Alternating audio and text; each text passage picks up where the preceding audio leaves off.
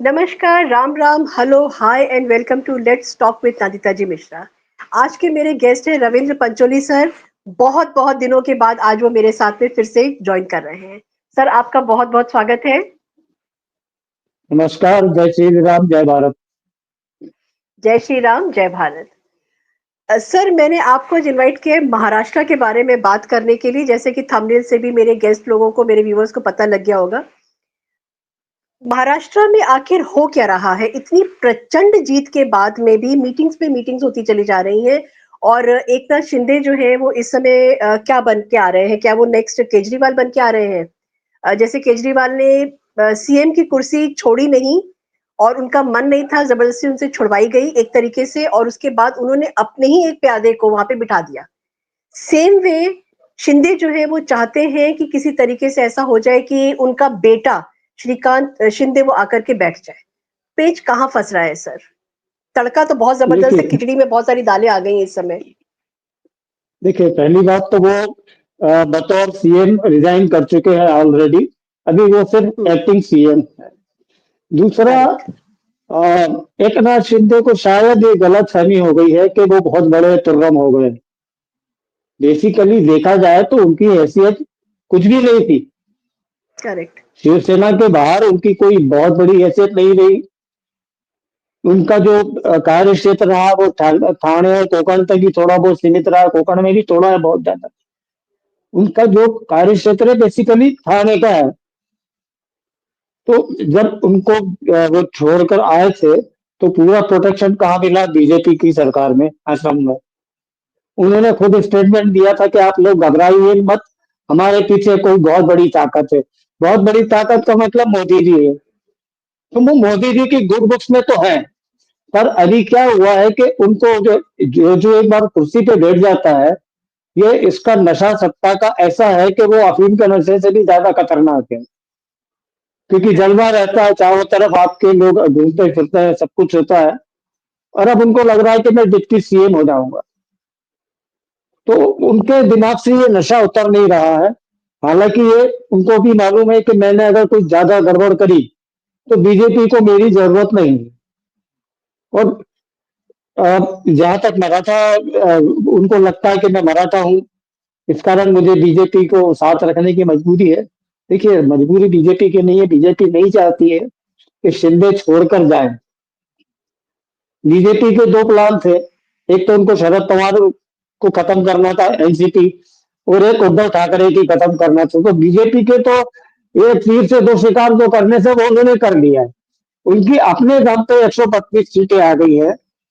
और शिवसेना उद्धव के कई विधायक बेचैन हो रहे हैं। उस समय जब सत्ता में थे तब तो बेचैन नहीं थे।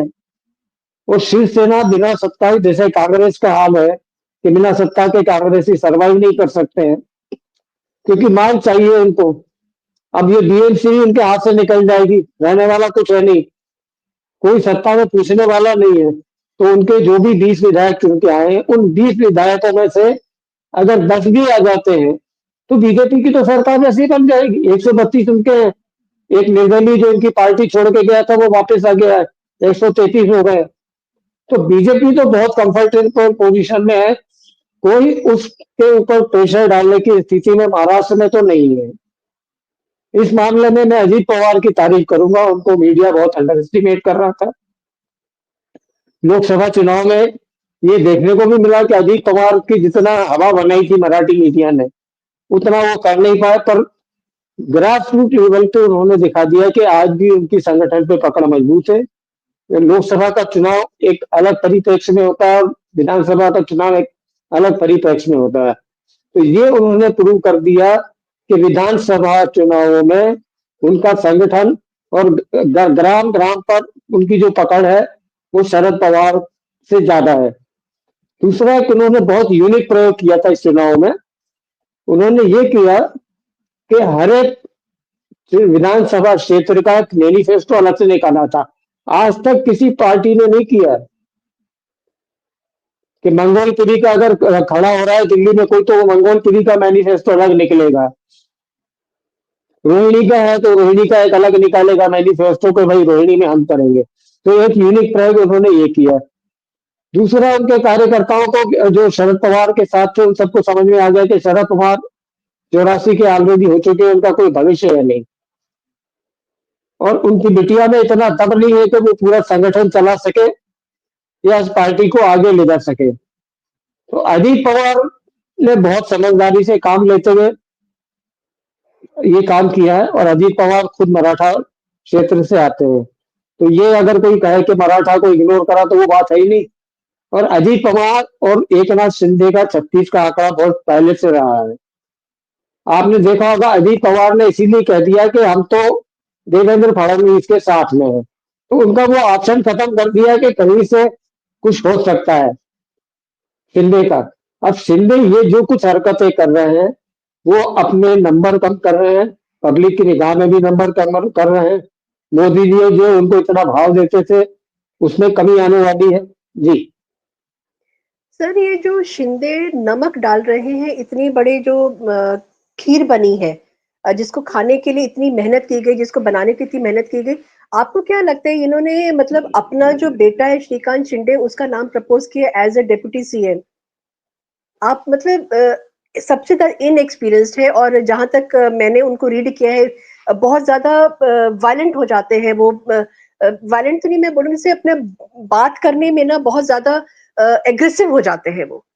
तो इतना इनएक्सपीरियंस्ड इमेच्योर बेटे को वो ला करके डेप्यूटी सीएम बनाना चाहते हैं, तो आप इसको कैसे देखते हैं? और क्या Amit Shah ji, is he going to give in to this demand of his? No, not at all. सबसे पहले तो श्रीकांत शिंदे का, एकनाथ शिंदे जब मुख्यमंत्री थे, बहुत दखल रहा है प्रशासन में। देवेंद्र फडणवीस को श्रीकांत शिंदे फूटी आंखों नहीं सुहाते हैं। वो मुख्यमंत्री बनेंगे तो देवेंद्र फडणवीस ही। करेक्ट। भाई, अगर एकनाथ शिंदे चाहते तो एक बहुत अच्छा उदाहरण पेश कर सकते थे कि भाई आज देवेंद्र फडणवीस सीएम थे, उन्होंने पत्रकार वार्ता में घोषित किया कि मैं इस सरकार को पूरा समर्थन दूंगा, पर सरकार में नहीं रहूंगा।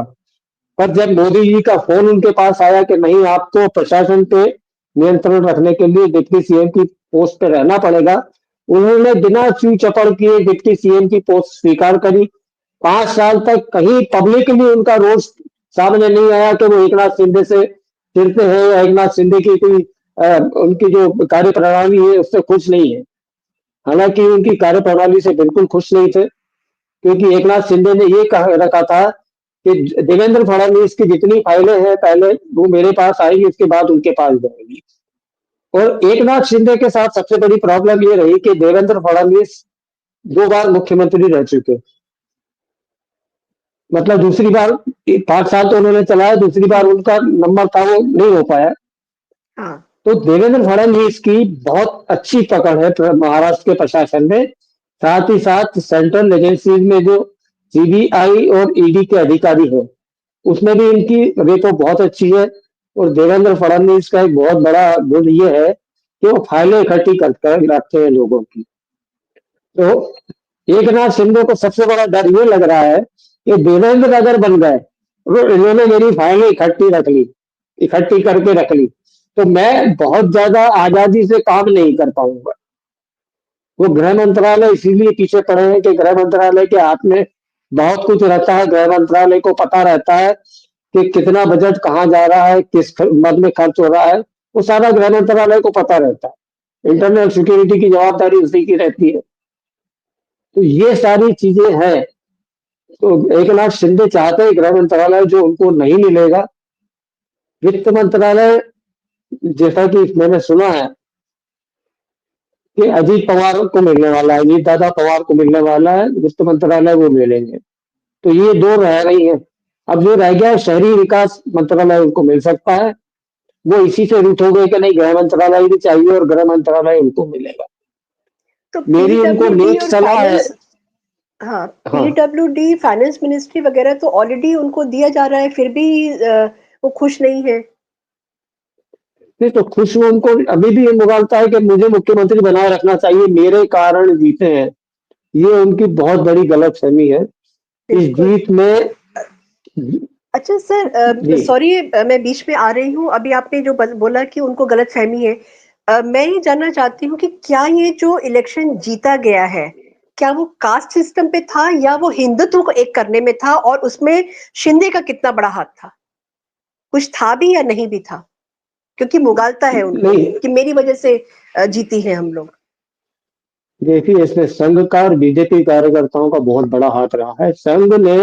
राइट। संघ की कार्य प्रणाली ये है, क्योंकि मैं जुड़ा रहा हूँ संघ से, नागपुर से जुड़ा रहा हूँ, तो कार्य प्रणाली ये है कि वो छोटे छोटे पॉकेट्स में अपने लोगों को, जैसे बुद्धिजीवी है, अब आप है, आप एक सोसाइटी में रहती है, सोसाइटी में ऐसे दो तीन प्रबुद्ध लोगों को पकड़ लिया, वो प्रबुद्ध लोग मीटिंग करते हैं, वो ये नहीं कहते कि बीजेपी को वोट देना है, वो पूरी सिचुएशन आपके सामने रखते हैं कि भाई आज की स्थिति ये चल रही है, अब आप सोचिए कि आपको किसको वोट देना है। मुझे बोलने की जरूरत नहीं है, जो स्थिति दिख रही है लोगों को अपने आप समझ में आ रही है। मैंने प्रचार नहीं भी किया और कर भी दिया, दोनों काम हो गए। तो छोटी छोटी कॉलोनीज में, छोटी छोटी सोसाइटीज में, हर झोपड़पट्टी एरिया में उनके कार्यकर्ता गए हैं और ये मैसेज पहुंचाया है। और बीजेपी के कार्यकर्ताओं को साफ साफ कहा गया था, आपको टैक्सी करना पड़े, ऑटो करना पड़े, बस करना पड़े, आपको मतदाताओं को वोटिंग बूथ तक पहुंचाना है। तो ये पूरा बिल्कुल। जो नेटवर्किंग है, और अगर बीजेपी के कार्यकर्ता शिवसेना और अजीत पवार के लिए काम नहीं करते तो इतनी सीटें आती क्या? सवाल ही नहीं उठता। इनके पास महाराष्ट्र में कहाँ संगठन है? एक नाथ शिंदे के पास सारा संगठन तो विधायक के पास था। अब आएगा, क्योंकि अब सत्ता की मलाई खानी है, तो अब संगठन के बाकी लोग आ जाएंगे।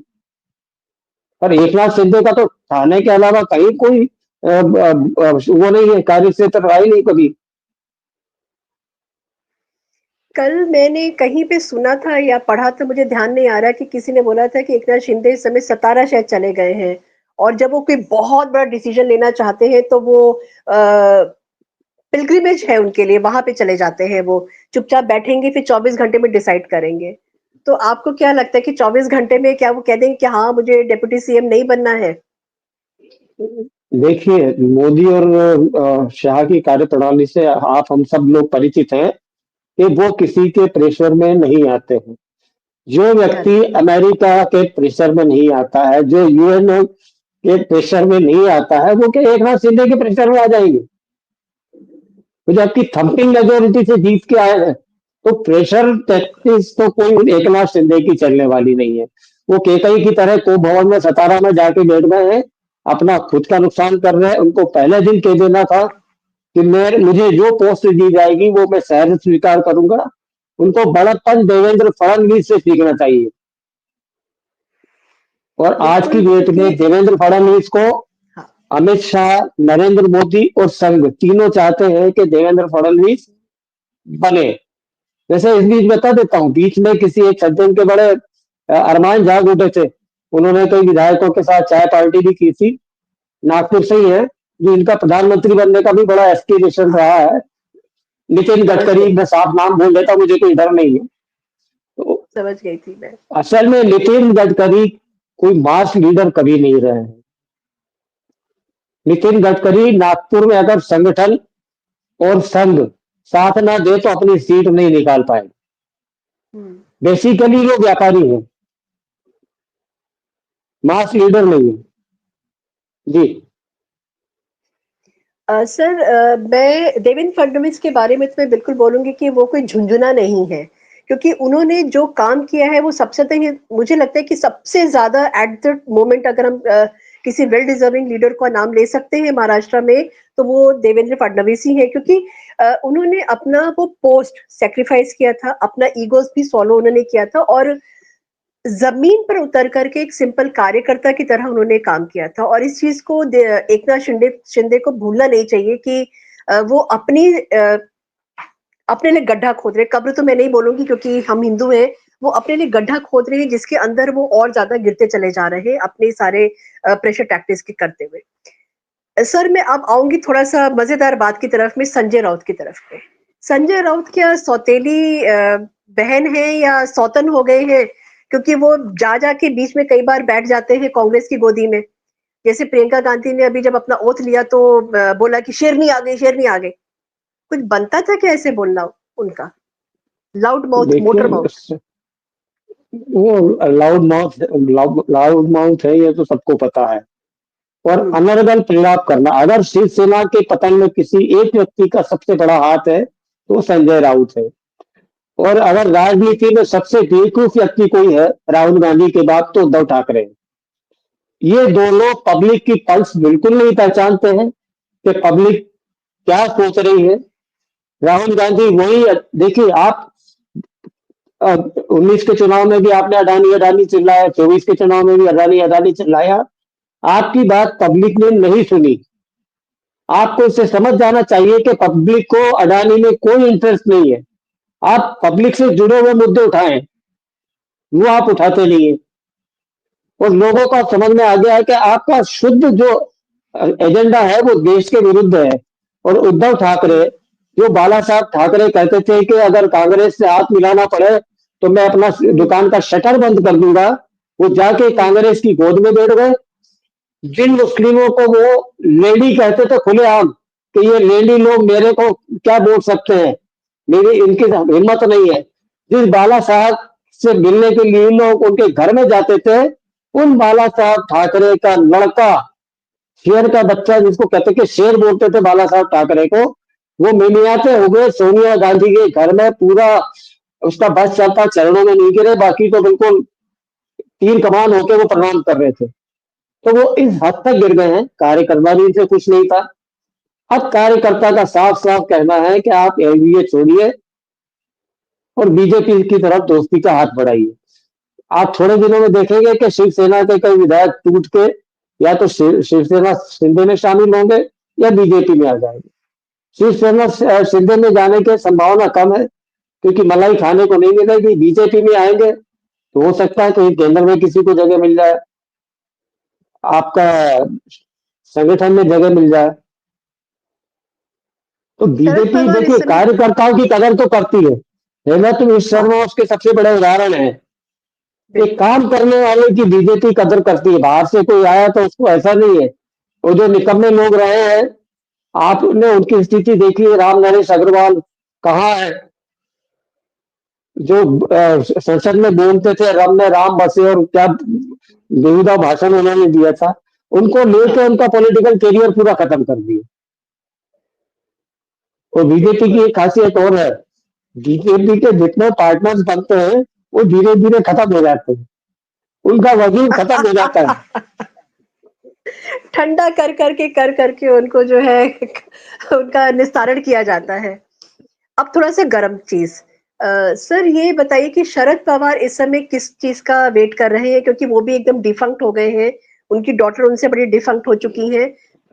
उद्धव ग्रुप के साथ में क्या वो शरद पवार वेट कर रहे हैं कांग्रेस और उद्धव ग्रुप के टूटने का? सेकंड चीज़ ये है कि क्या एकनाथ शिंदे के कुछ लोग का वो वेट कर रहे हैं कि शायद वो छोड़ करके शरद पवार के पास आ जाएँगे? नहीं, शरद पवार का तो देखिए पॉलिटिकल करियर टोटली खत्म हो चुका है। हुँ। संगठन उनके पास बचा नहीं, संगठन पूरा समेट के अजीत दादा पवार ले गए। हुँ। सुप्रिया सुले की हैसियत नहीं है कि वो अपना खुद का चुनाव जीत सके। अगर शरद पवार ना होते तो वो कभी अपना चुनाव नहीं जीत पाती। हुँ। वो बारामती से जीत के ये अजीत दादा पवार ने दिखा दिया है कि ताकत मेरी है। लोकसभा चुनाव की बात अलग थी और विधानसभा चुनाव की बात अलग थी।